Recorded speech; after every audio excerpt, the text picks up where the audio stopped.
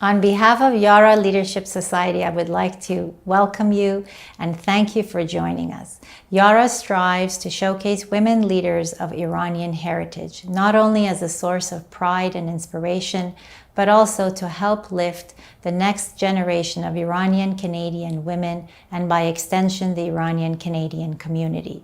We are thrilled to launch the Yara Dialogues, a series of virtual conversations that will help connect us to a global audience.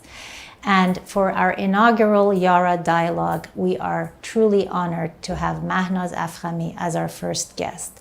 Mahnaz Afkhami was the first Minister of Women's Affairs in Iran, appointed in 1975, and for years she has been a leader and an advocate of women's rights. Leading this conversation tonight is Samira Mohyeddin, an award-winning journalist and an associate producer on The Current at CBC Radio 1. Samira is also a restaurateur who uses her personal experiences and unique vision to promote Iranian culture and to engage the Canadian community. We could not think of a better person to lead this conversation. Without further ado, I turn it over to Samira. Hello to all of you out there. Welcome to Yara's first virtual dialogue. I have been fortunate enough to speak with some incredibly amazing women through and because of Yara Leadership Society. And the organizers were not going to let a pandemic stand in their way this time. Last year, the organizers messaged me and asked me for some potential names for some keynote speakers. I immediately responded, busily typing away on my phone, but I only gave them one name.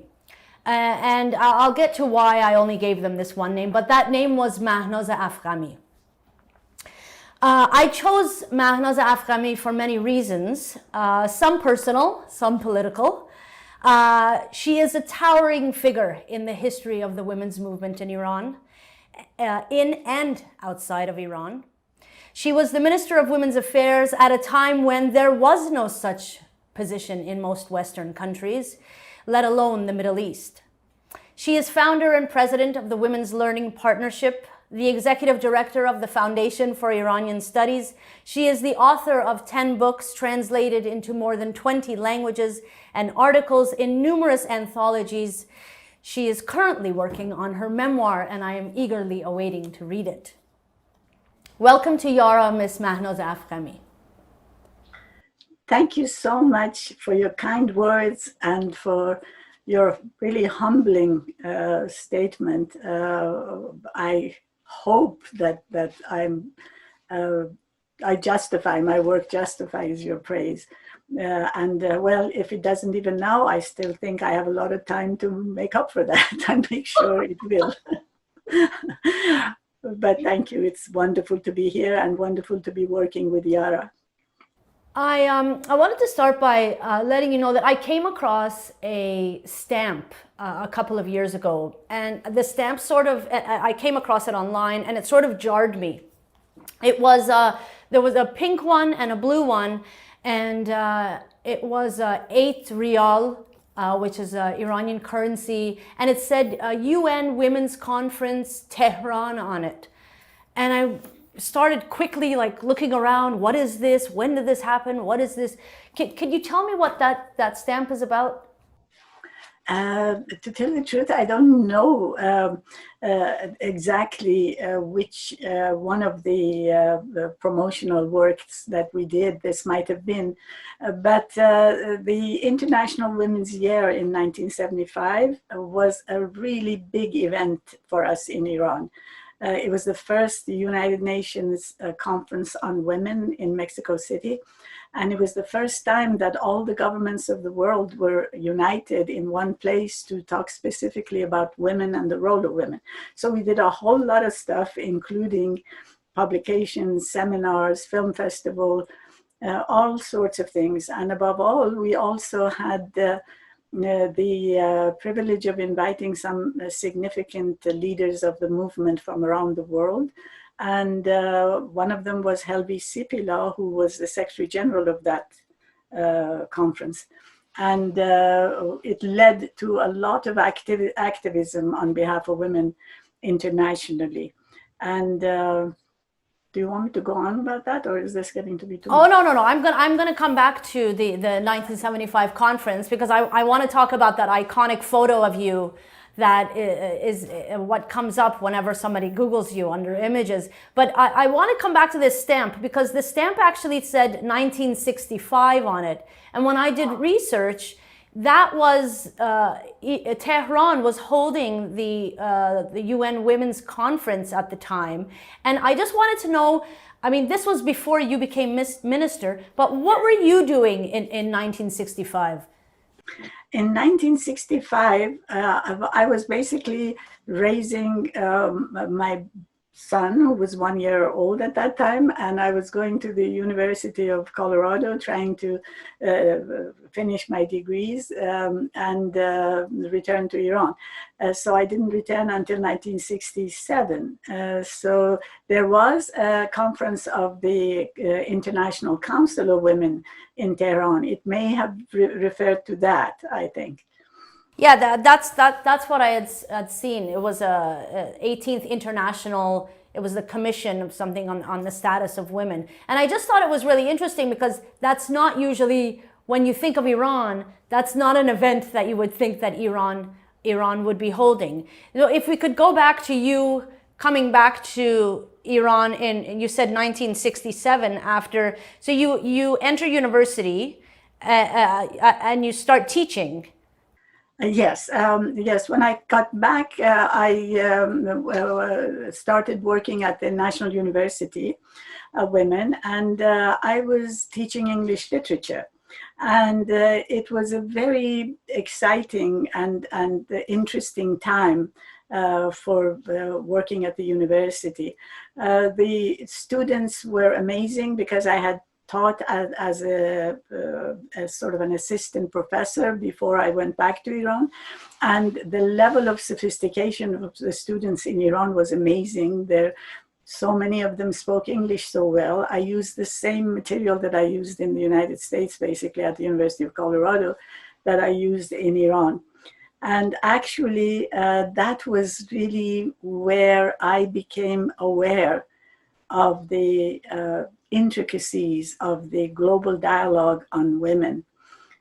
Because what happened was that I was teaching basically the same things that I taught in America, the English novel, for instance. And when the young women were reading these novels, I had a chance to compare the way the students in the United States reacted to these novels and the women in these novels, and the way the Iranian students reacted.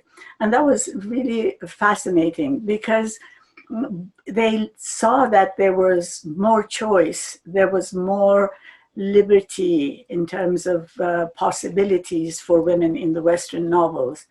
But at the same time, they had no sense of wanting to replicate exactly what that lifestyle was. So it was this nuance that was very fascinating for me. And this was something that became one of the leading concepts that I followed, and others that I worked with came to follow. And that is that the vision of liberty, the vision of rights, is very much shared. But how do you apply for them, how you get to them, and what means do you use to communicate them and to advocate for them, really has to be rooted in the literature and the culture of the country and the society in which you live. And it was through that, through the work that I started at National University, that I began to be really fascinated with the building of a global women's movement, and how to relate the local, the national, with the international to make a global movement. So you were 27 at the time, and Yeah. I just want to get to this. You started an organization called the Association of University Women. Yes. What were some of your activities? Well, the whole concept in the entire university, and also I think in society in general, the more affluent, the more educated part of society, was this clash between modernity and tradition. What of tradition do we want to keep and value, and what of it has to change? So we try to find that in almost every area. In literature, for instance, modern poetry or traditional, more formal classic poetry. Music, whether we're thinking of the traditional Iranian music, or are we going to expand to some more global versions of music? We also had religious leaders talking about the modernity of approaching religious texts, which of course we know contain some of the most important values and ethical standards that humans live by, but at the same time, some of them in the originary text contain some of the concepts which are no longer relevant and also are actually counterproductive, such as slavery, such as honor killing, this type of idea. So, of course, inside those religions, they are vehicles for change, but unfortunately, the standard is that you don't. So we tried to get the religious leaders as well to come and discuss these things. For instance, I tell you a little example. For instance, we had this gentleman called Mohyeddin, who was a religious leader. We asked him to come and talk to us, and he did. And one of my students raised her hand and said, they say that I'm not supposed to pray if I have nail polish on. Do you believe that? I mean, is it better for me not to pray at all, or to remove my nail polish 5 times a day and then pray? And unfortunately, Mr. Mohyeddin said, no, you can't actually pray if you have your nail polish on. And then after the gentleman left, who was a relatively enlightened gentleman as well, but after he left, my students kept saying, where in the time of the Prophet was there any such thing as nail polish, which now would be considered nullifying your right to pray?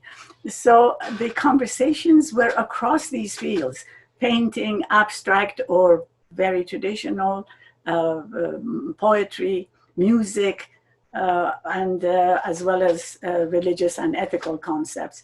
And that was the attempt of the university women to find their way, their original and very authentic Iranian way, based in culture and every other characteristic history of our country, to see how that would work, but then in connection with the changes in the world and in the way of life that we all were following.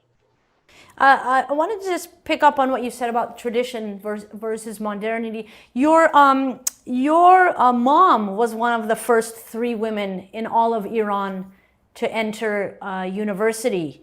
How important is that to you? Oh, it's extremely important. It's not just her going to university. And there were several women that had then later were sent to outside Iran to study. And they were the ones who came back and actually led the women's movement. But it wasn't only her going to the university, which was very important, but also I was fortunate, really, to have my grandmother and my mother, both of them, being very unusual women. And if I may say this, I had 2 grandmothers on my mother's side and on my father's side, as is usual. But my mother's mother was a very radical woman. She was 18 years old when she decided, from a very traditional Muslim Shia family, Nafisi, she decided she wanted to be a Baha'i. And she went, and her husband was forced to divorce her. She kept her daughter, my mother, because she promised that she would not make her or any of her children does not propagate their religion with them. And she promised, and she never did. She gave us her values, but she did not try for us to be converted. And so she had to actually conduct her life on her own. She was the first entrepreneur in Kerman and possibly in Iran who started her own tailoring shop, employed other women, and she supported herself. And so the same period, the spirit of independence, of wanting to better yourself, wanting to live by your values, was passed on to my mother as well. And my mother actually left my father's house, who was a very established feudal landlord and also French educated. So he wasn't a traditional person, but nevertheless, his lifestyle was traditional. She left and came to the United States to study and to finish her education. And she had to work in a cannery, at night to support herself. And then brought each of us over to the United States. I came to the United States as a teenager. So this was an example of that type of radical independence, which was very important to me. But I must say that on my father's side also, I had my paternal grandma, whom we called Shah Jahan, because she was a Qajar princess. She was very traditional, very formal, but at the same time, she was the one who actually handled all of the affairs of not only of the household, but also of the land management and the management of the agricultural holdings of the household and so forth. She had a very important role there. So I tell you something, I'm always caught between these two grandmothers. The one that was really radical and the one that was traditional and formal.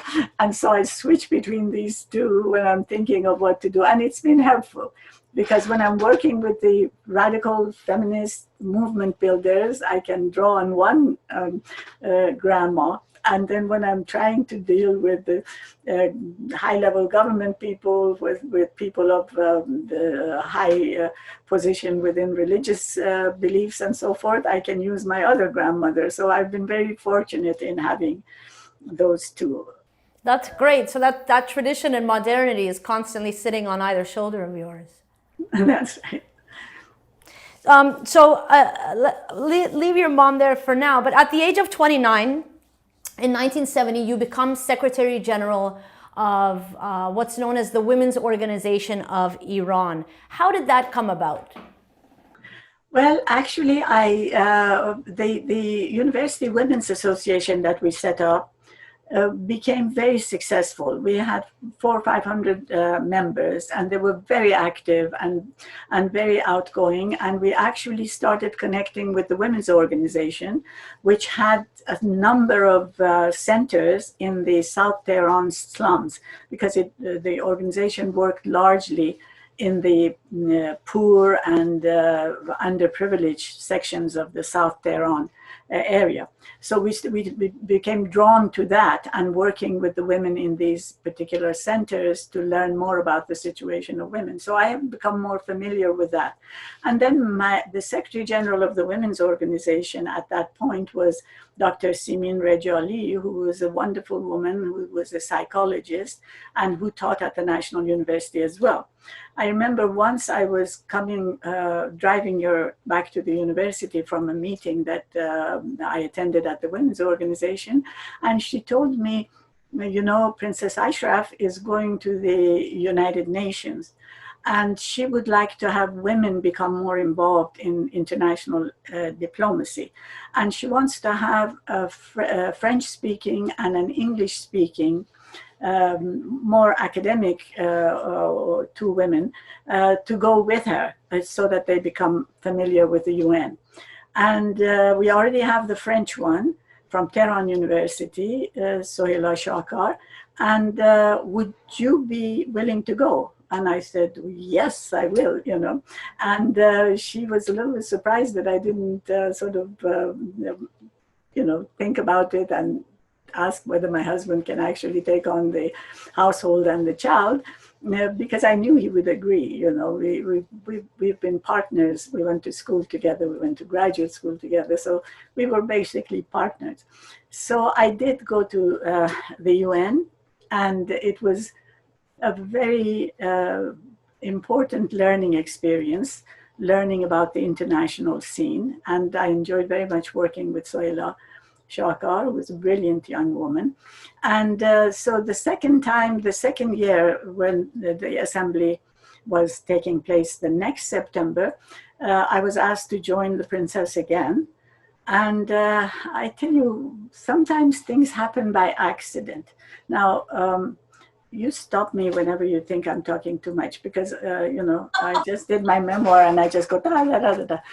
But I'll tell you this and see what you can do with it.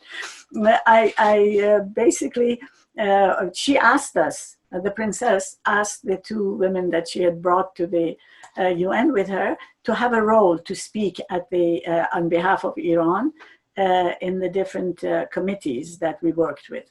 I worked in this special political committee, which had to do with the Palestinian refugees. And so she asked me, the delegation agreed that I would speak. And of course, the delegates were not all that pleased, you know, because there were a bunch of men and this was an important thing. Reports would go to the foreign ministry, to the Shah and all of that. And to have a woman, the chair of the delegation, was not very popular. And to have two uppity young women, you know, giving the presentation instead of the ambassador was not all that popular either. But we did it. And I remember right before I gave my speech in the committee, and the committee, when I say committee, it's 180 government, at that time fewer, sitting around, ambassadors that you're giving a presentation to. And the princess asked me, "Are you nervous?" And I said, "I sure am." And she said, "It would have been nice to have a Valium." And I said, "Yes." She said, but she said, "You know, if you take too much, you fall asleep. Not a good thing. But if you take too little, you get even more nervous." So I said, "I don't have any anyway, so it's irrelevant." So, but then when I spoke, I was the last person to give the presentation. And as I was the last person, the meeting ended. And Prince Sadruddin Agha Khan, who was the head of the committee, and some of the ambassadors came to say goodbye as I was talking with the princess, and you know, were very complimentary.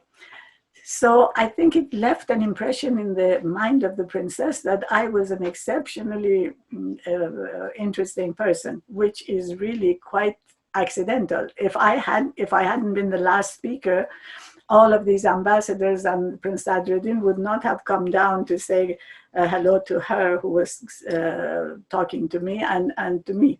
So it was just an accidental, you know, celebration that left an impression that took a long time, you know, stayed with her for a long time. So that, I think, was the reason, one of the reasons that she was interested in me heading the organization. And of course, the women's organization had a council, a high council or a trustees that were amazing women. And 5 of them, there were 10, 5 of them were elected by the General Assembly, and 6 of them, including the Secretary General, were selected by the princess. And at one point, I remember in later years, I asked her, why was that? Because after all, why not have all of them be elected? And she said, they would never elect somebody like you, a young university educated person that doesn't have much experience. They would never elect the Jewish, the Baha'i, the Zoroastrian members, who were brilliant people. Farangis Shahrokhi, who was, for instance, the most well-known person in handicrafts and industries, women's industries that we had in Iran, or Shamsi Hekmat, a Jewish educator who was amazing. These people would never be elected, she said, because people elect the people they know next to them and that are more political, more social. So it's good for the organization to have this mix of university people, minorities, as well as the activists who are rooted in the local area. I want to talk about, you talked a little bit about Princess Ashraf saying, you would never be elected. And I want to talk about some of the impediments that you were met with in this role as the Secretary General of the Women's Organization of Iran. What sort of roadblocks were you hitting as you were trying to do your work? Well, the most important thing, of course, was this whole idea of tradition and modernity that we were dealing with, and the balance between the two. One of the things that, as I've worked, now in my 40th year of working with the global women's movement, one of the complexities of the movement across the world is this, that you have to have the local culture, the local beliefs, local values, but then you have to bridge it with the universal rights that everyone wants and everybody believes in. That is a hugely important thing. And the other thing is that the people, whether you like it or not, the people who have activism in terms of movement building, in terms of bringing change, are the middle class. They're not the very, rich and privileged people who already have things too good and they don't need to do much, or the very grassroots and the very underprivileged, because they have so much to worry about, so much to care about, and so little time and so little access that they would actually lead that kind of activism. The middle class people who have a certain amount of comfort, a certain amount of education, can be the bridge between the grassroots and the more significant decision makers in the country. And that's what happened with us, that we were able to do that. We had something like 400 branches throughout Iran. They were elected people by the branch members in various cities. And they generally elected people who were not too much of a celebrity, or they were not too much of an academic scholar. They were people that they trusted and worked with all the time. They were not unknown commodities. So most of our secretaries of branches were basically school teachers, school teachers, mostly grammar school or high school teachers. And they were in the community, or people who worked in civic organizations, in helping people in philanthropy locally. We get to 1975. It's the year of the woman. The United Nations declares it the year of the woman. And it's the year that you become Minister of Women's Affairs. As I said in the introduction, this position never existed before in Iran, let alone in many other countries, including Western countries. What were you told your mandate was? Well, that's the whole story, actually. Nobody knew what a woman as minister was supposed to do, because it was unique. There was only Françoise Giroud of France. She was the first one, and she actually had come to Iran to visit during the International Women's Year. And I remember we took her with the princess, we took her to the tribal area where we had the tribal school for young women, where they studied literacy as well as healthcare, minimum healthcare the practices that are good for child rearing and so forth. And Françoise Giroud, I think, must have had some impact in terms of the government thinking that that's such a good idea to have a women's minister. There was not really any other in the world. And when I was selected, I was shocked too.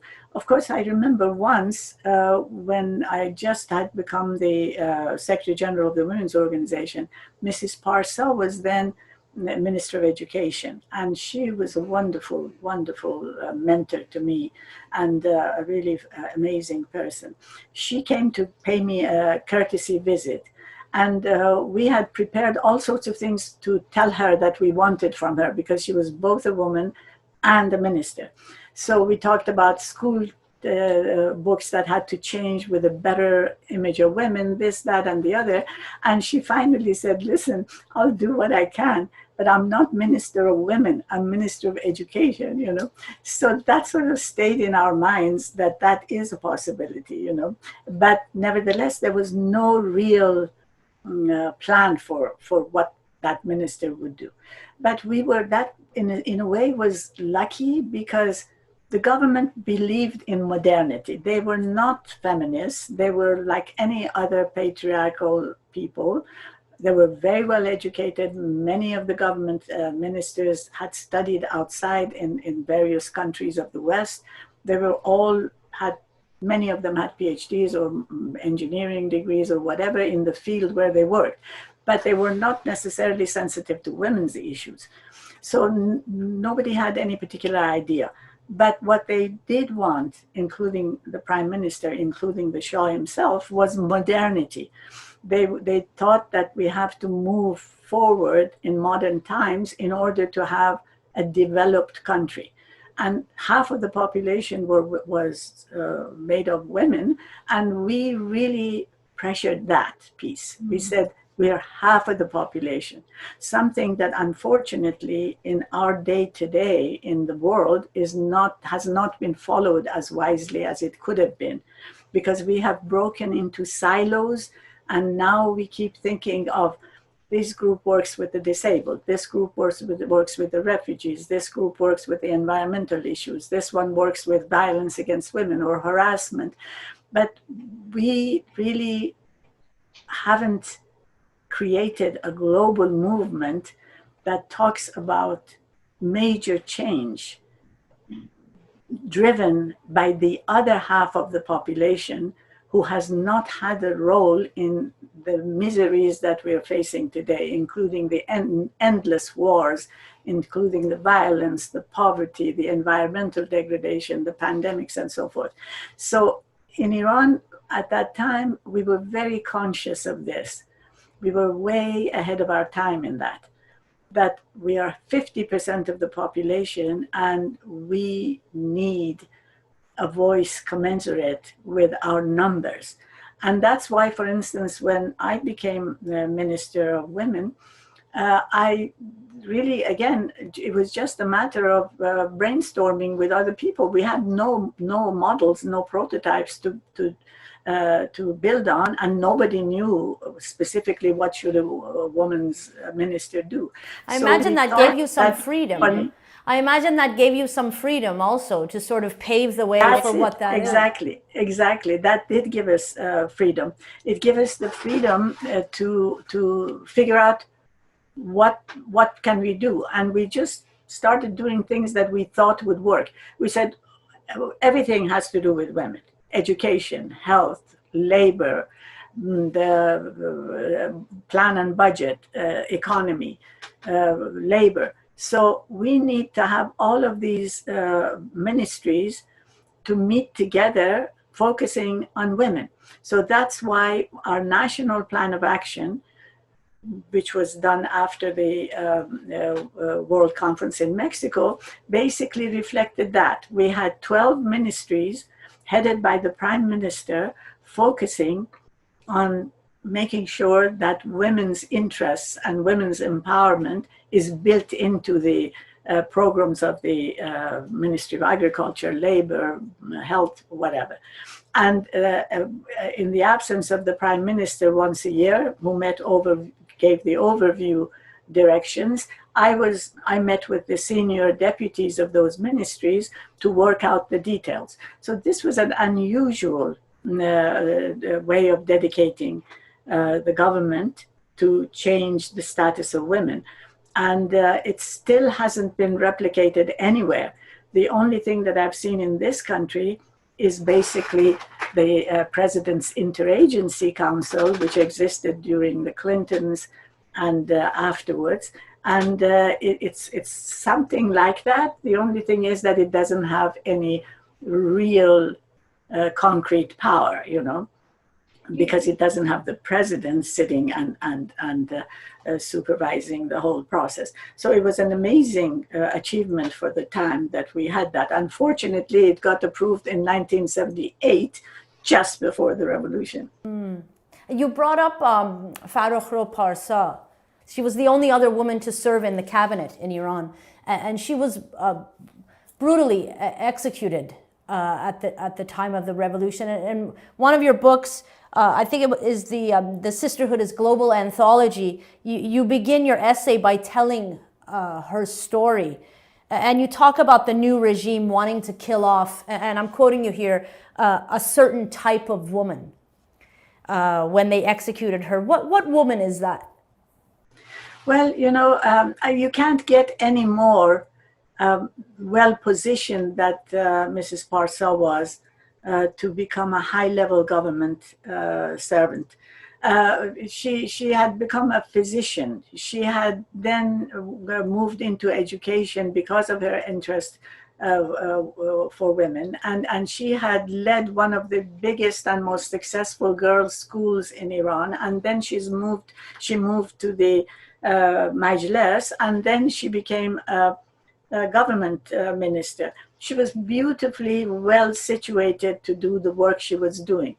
But when she was defending herself at her trial, she was talking. I was so aghast by the fact that she was talking from one world to a world which is totally alien to the world that she had, helping people, educating people, empowering people, providing for them to earn themselves a living, to have a fair and just existence, was a good thing. To the people who tried her, any woman who tried to have a say, to be out there, to be in the world, to be making decisions that affect society, was in effect, in their terminology, a prostitute. They actually executed Mrs. Parsa, and I hate to even remember this. It's always very difficult for me to remember this. They killed her as in a red light district with a woman who was supposed to be a prostitute. I don't know what the other poor woman was, but they hung her, as such, and so any woman who's out there, who does something, who has sense of professionalism, was considered a prostitute, you see. And so this showed, that what the attitude was. Of course, I have to also say right here, right now, that this society and the women of that society did not let this happen. Not the actual murder happened, but they changed throughout the years with all of the violence, with all of the pressures, with all of the roadblocks for women. Nevertheless, they pushed back that thinking. And now it's not like that. Now you have women in professions, you have women doing their work, you have women in government, although they have their difficulties. But the women had to push back. At the beginning, that's what the image was. That was what the image that they wanted to extend.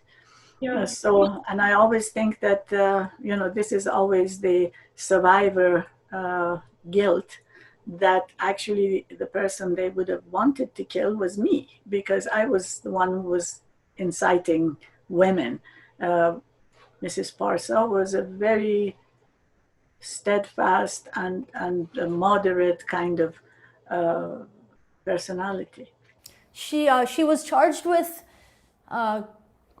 prostitution and corrupting the earth and waging war against God. That's exactly what you were charged with in absentia. I was the prototype for warrior with God and promulgation of prostitution. So I mean, we laugh at that because it's so absurd, but a lot of people were killed under this same charge. I just want to take you back to November 27th, 1978. You receive a phone call. You're at the UN. You're in New York City. What are you told on that phone call? I was planning on going back to Iran because we had been negotiating creation of an international center for advancement of women, and it was a research institute of the United Nations, and we were going to have that in Iran.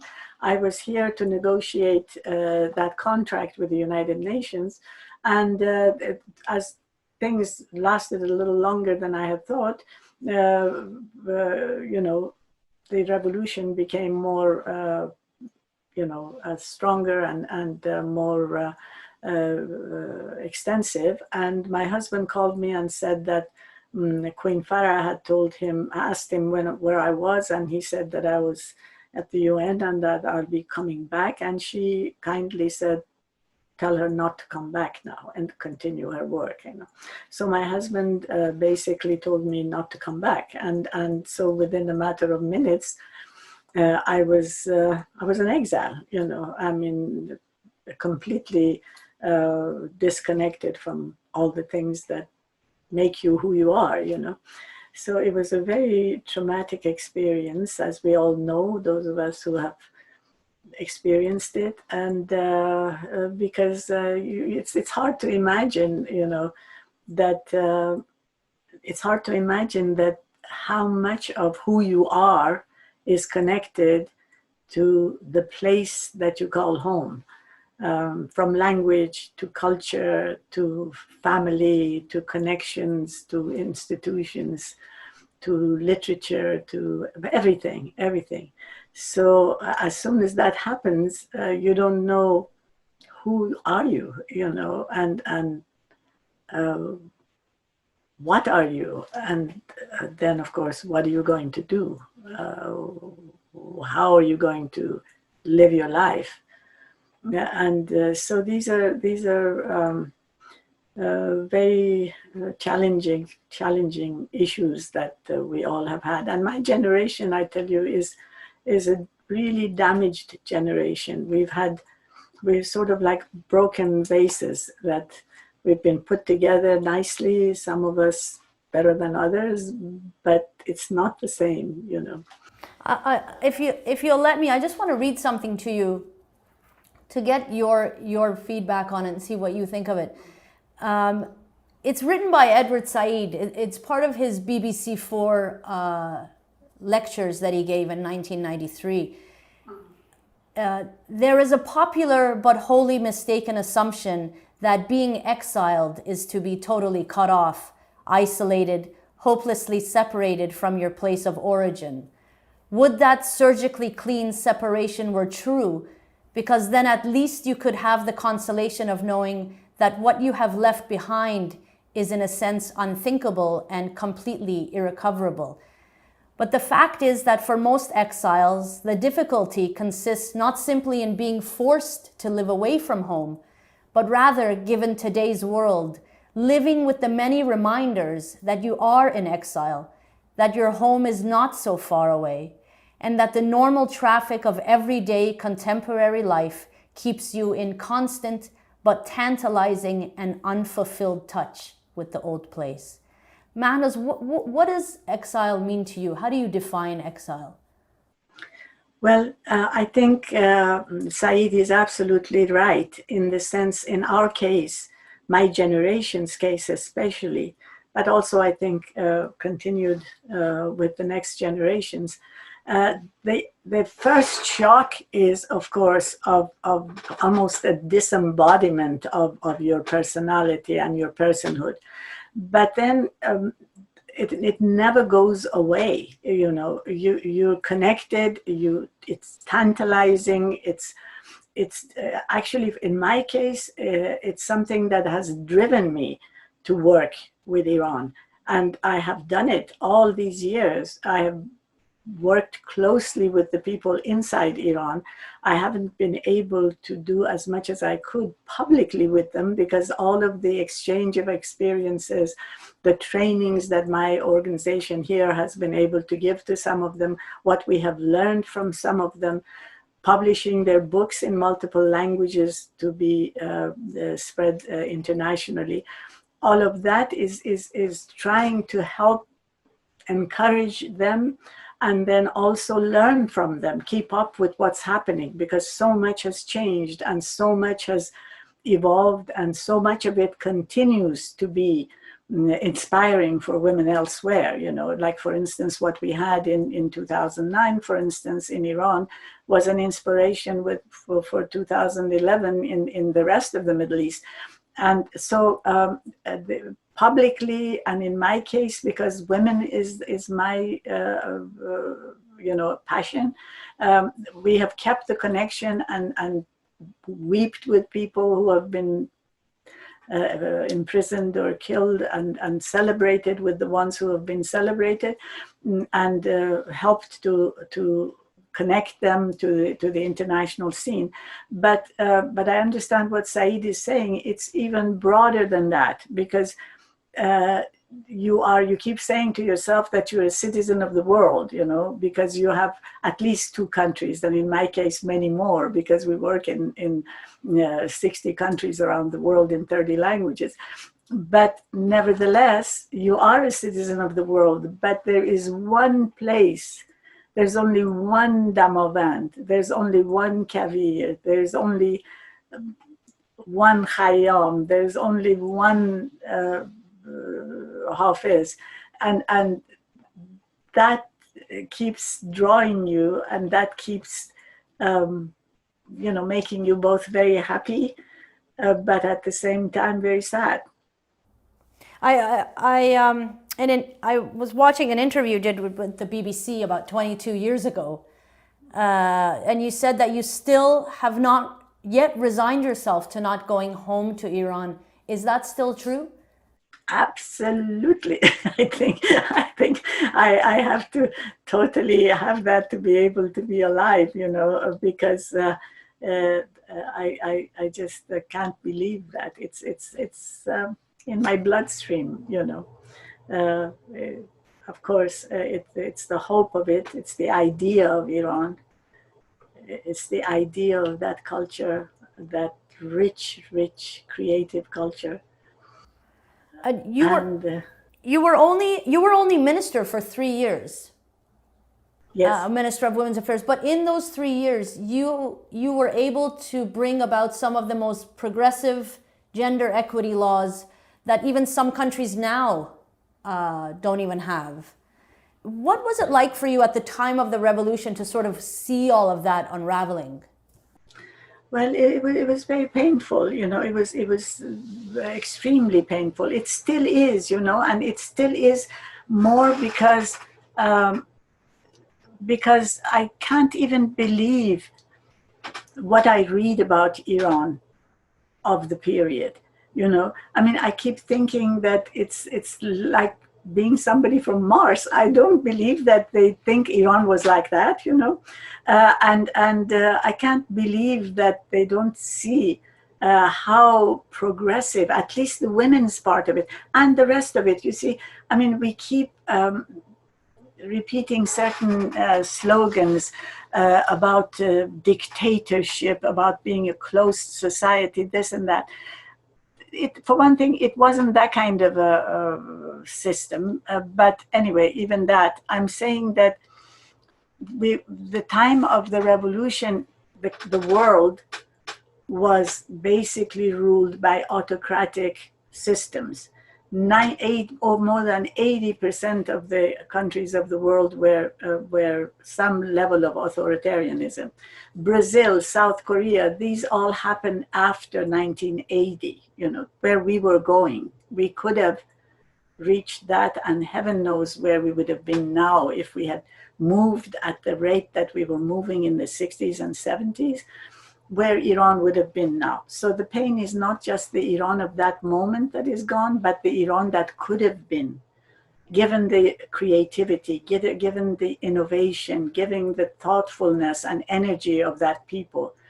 So that's what is so depressing. For instance, we had the childcare on the premises of the workplace. We had half-time work for mothers of children up to the age of 3 with full benefits. We had maternity leave of up to 7 months. Can you imagine? 78? We don't have that in America now, you know? Yeah. So not only that, but also a lot of other ways of organizing and working together, which actually, to tell you the truth, I'm replicating globally what I learned in Iran, you know, from the women of Iran. I'm not talking about the government. I'm not talking about the shape of the institutions necessarily. I'm talking about the women of Iran, the women who worked in factories, who worked in, agricultural work, who worked with handicrafts, the people who were the beating heart of that nation, you know. They're amazing. And of course, you know, we see how it is even now outside.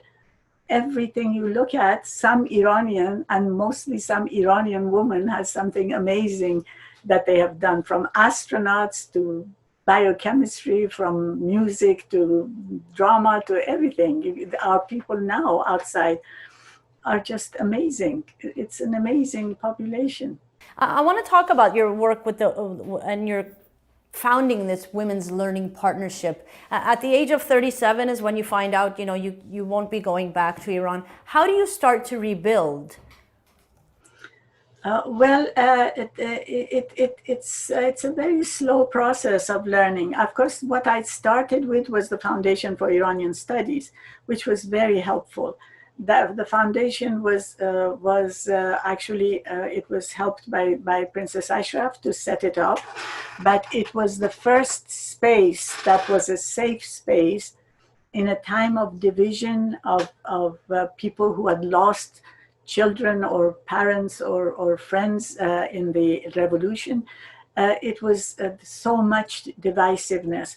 And it was a safe place for scholars to get together and to write for the journal Iran Name, for instance, to be able to talk to each other from across these divisions.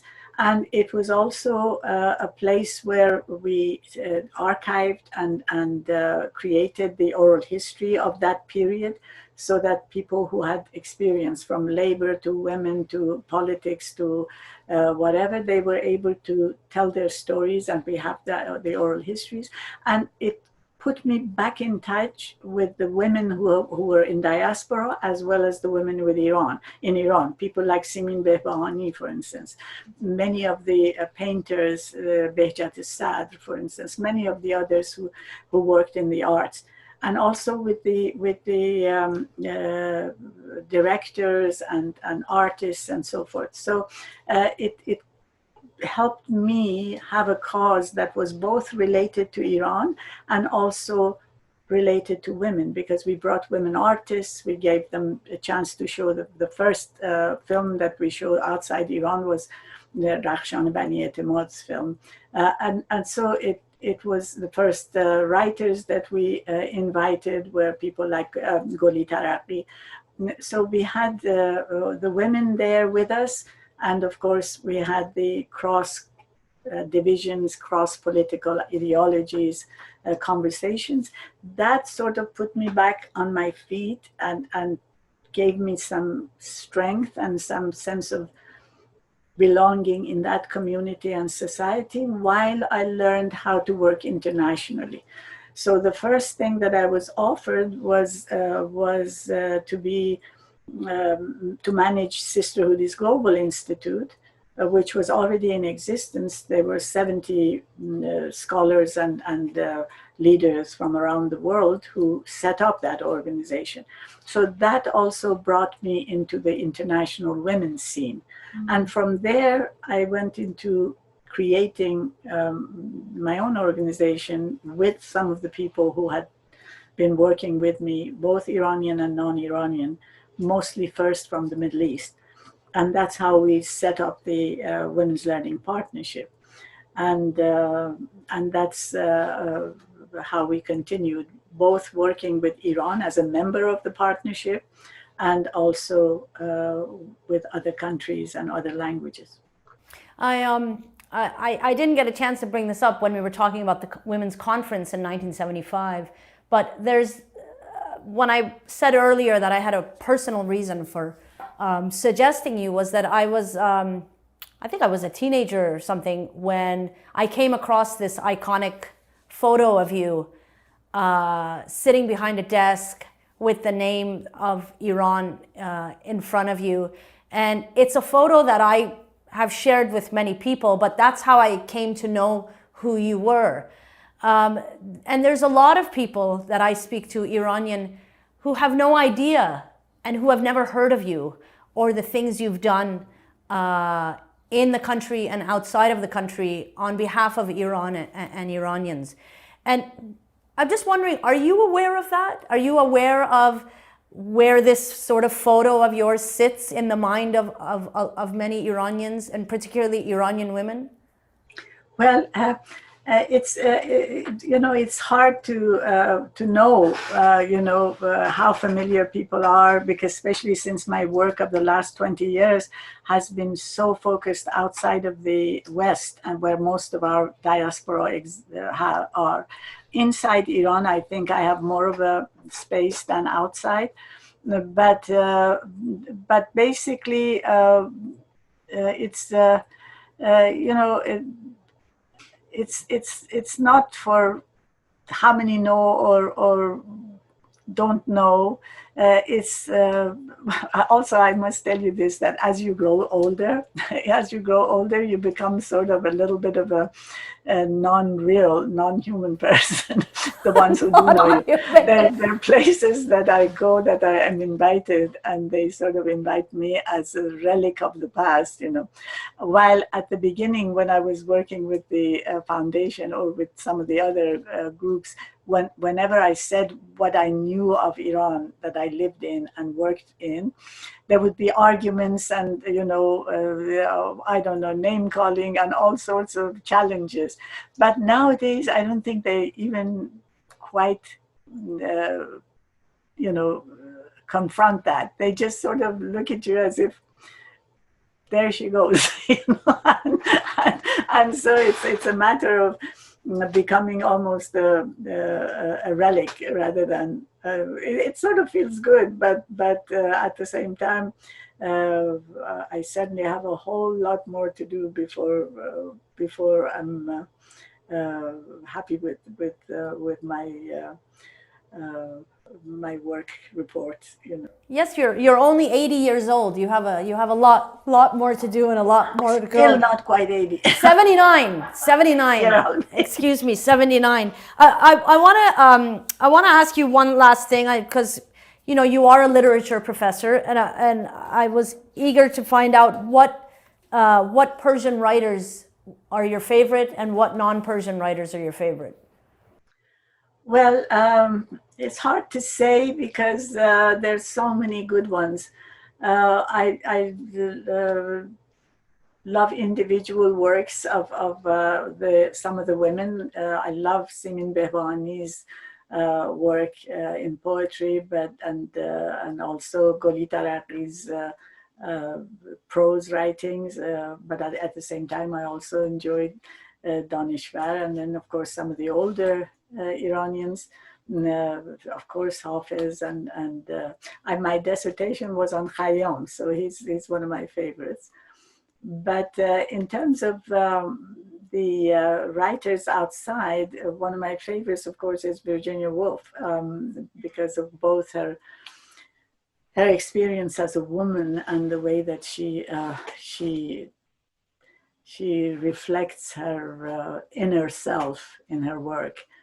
But there are many beautiful works, and literature is something that is very dear to me, and actually also in terms of working with others. With my granddaughter, for instance, when she was 8 years old, we wrote her first book with her, and it was called Jessica and the Dancing Parrot. and it was supposed to show how a parrot who has only 2 legs and can't stand on them very well can, by perseverance, can learn how to do ballet. So it was empowering through her mentality of what a parrot, how could a parrot become a ballerina. So that was our first co-production. And I think through that we learned a lot from each other. So it's a good teaching tool. It's a good learning tool. It's literature is the best way to discover yourself and to discover others. When we told people that we were going to be speaking with you, we also asked them to send in some questions. So these are some questions that we got from the viewing audience. I'm just going to go through some of them that I didn't cover through you and I speaking. So this is, I'm going to choose this because this is something that you had a hand in doing while you were minister in Iran. The question is, how can we raise the minimum age of being wed in Iran? So when you were minister, you were able to bring the age, I believe it was 13 to 18. Yes. And when the revolution happened, it was lowered to 9, but I think now it's back to 13, if I'm not mistaken. So the question is, how can we raise the minimum age? Well, family laws are the most difficult to change in any case. And it's in a theocracy, it is nearly impossible to make any major changes, because a theocracy is different than a country that happens to be practicing a particular religion, because they generally have a version of religion that is very hard to change. And so the only way that we can change anything, the hardest thing to do is to change the laws, because they completely go back to whatever interpretation of the holy text they have. But the more powerful women become and the more active they become and the more connected the country gets with other countries, I think the more chance there is for change. But I don't know, if another topic related to this is that the changes that we made in the laws and in the family especially, because family is the prototype that people have of other organizations, such as communities, such as religious organizations, such as political and economic institutions. The family change is really very difficult, because it's just the nucleus.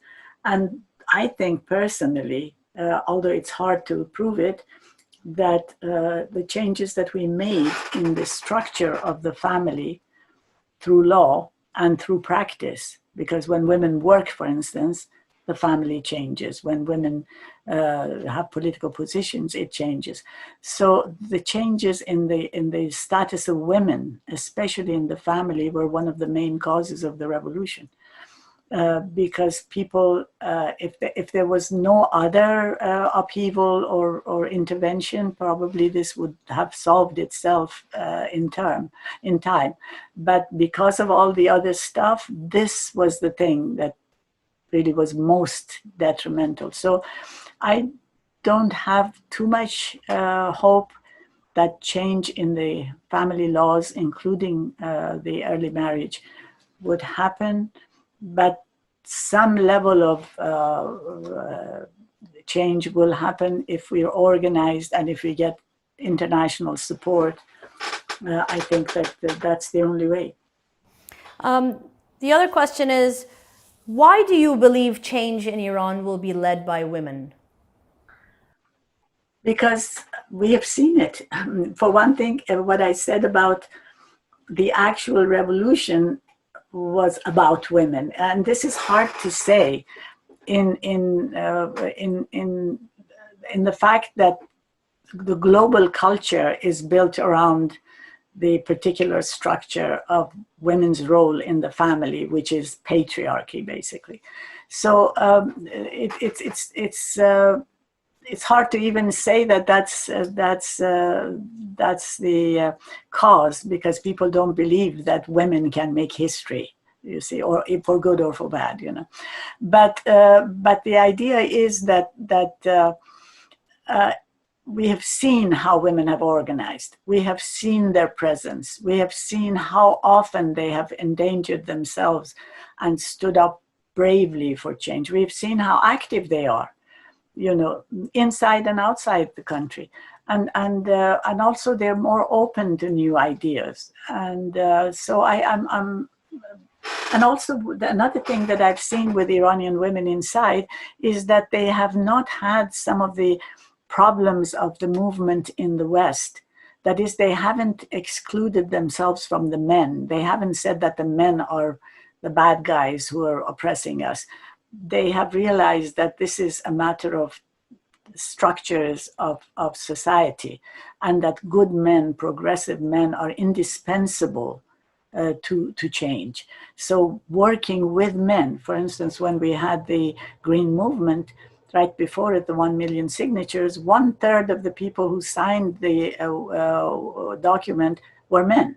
And that's unusual, to have 30% commitment by men in a women's movement, which is what, 11 years ago. So I think that they are the ones who will be the leaders of whatever movement for change we work on. I'm going to do one more audience question. And I don't know if you can answer this, but as much as you can, how much work are you doing with women inside Iran right now? Are you doing at all any work with women inside? We were doing more. We were bringing people out for workshops. We brought women out to participate in a partners meeting where they really learned a lot, and they taught us a lot.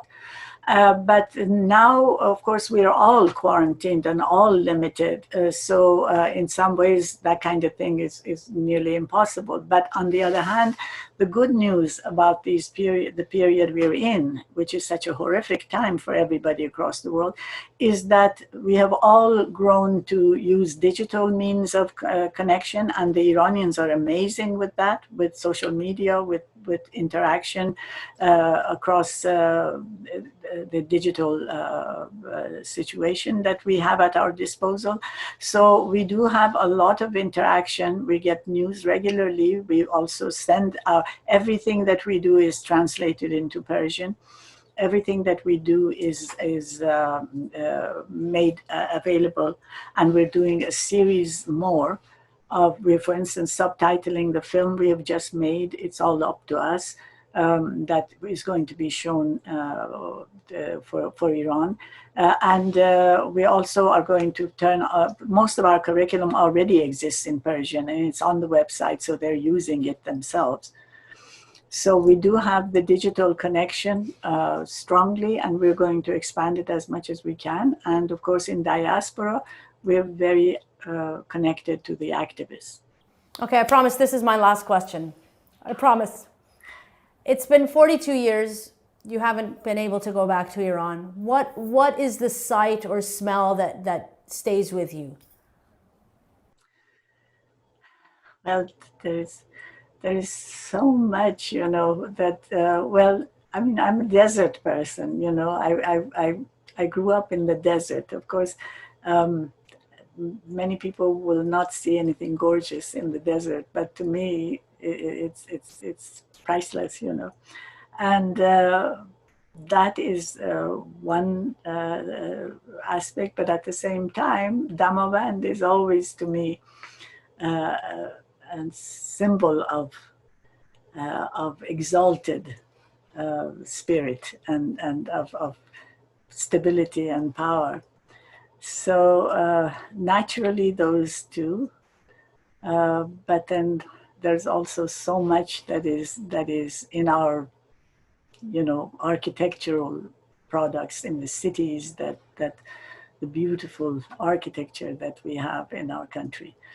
Those are also important to me. But well, I hope that you get to see all of them. Thank you so much. I hold you responsible to make sure that we do. And we'll go together, inshallah. Thank you so much. I really appreciate you joining us today. It's been wonderful to hear from you. Thank you so much. I've enjoyed it. Thank you.